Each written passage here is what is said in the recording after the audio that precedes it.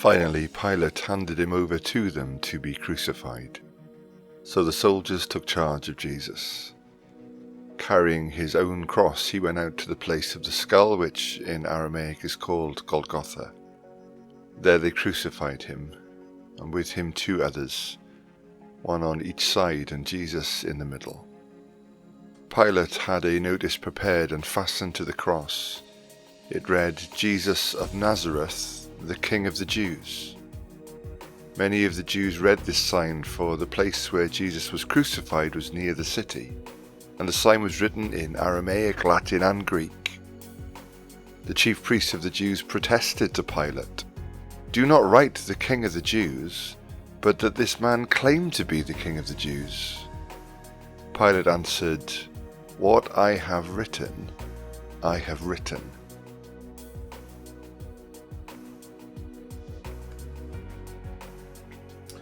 When it comes to the gospel accounts of Jesus' crucifixion, we cannot help but be struck by the economy of language.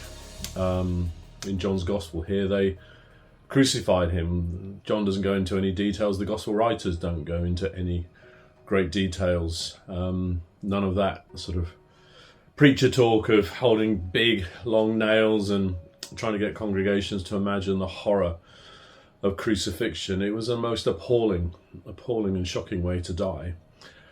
And you're never quite sure why the gospel writers are so brief with their language. Perhaps everybody knew and didn't want to be reminded of what crucifixion was like. It was something that most people were familiar with. They'd seen those hung upon the cross. They'd seen those hands and feet pierced with the spikes to hold them there. But we don't get that in the gospel accounts. We're left to imagine, to enter into that, those hands that Jesus had used throughout his life to bless and to hold and to communicate love, and the presence of God suddenly surrendered themselves to the violence of those who would want to pin him to the cross.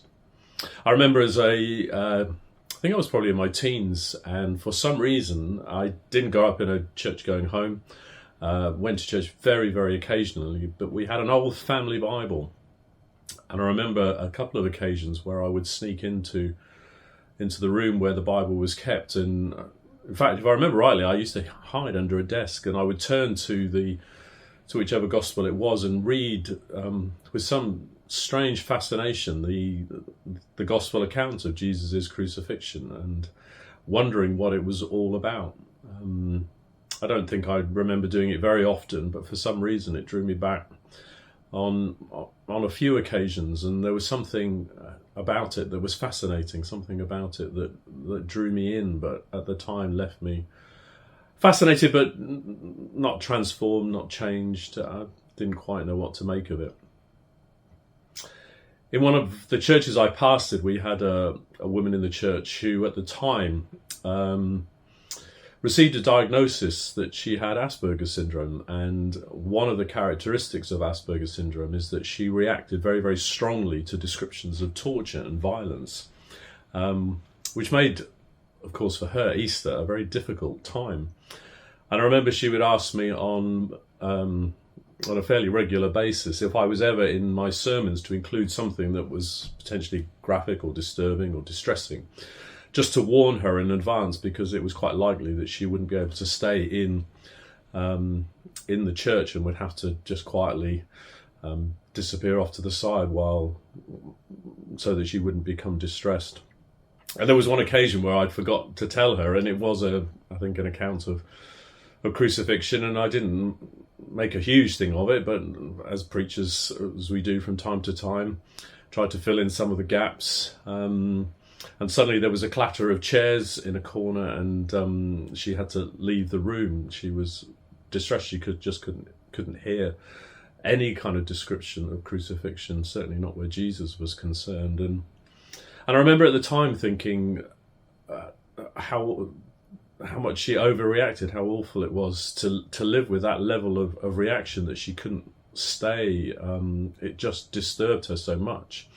And yet, of course, actually the opposite is something probably should dwell on more the fact that the rest of us underreacted so much. It had become so common for us. We would sit and listen and it would wash over us.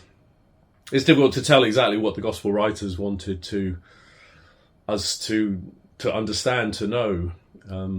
Did they assume that centuries later we would still be able to imagine what crucifixion is like or not? But it's at the heart of our faith. We preach Christ and we preach him crucified. He lived, he died, he rose again, but his hands stretched out in love for us. He was nailed to the cross, his hands and his feet for us. And at this time we continue to dwell on that truth, that event around which the whole of human history holds and turns and has its meaning and its very identity. And so at this Easter time, may the crucified Christ be at the forefront of your thoughts and of your lives. Amen.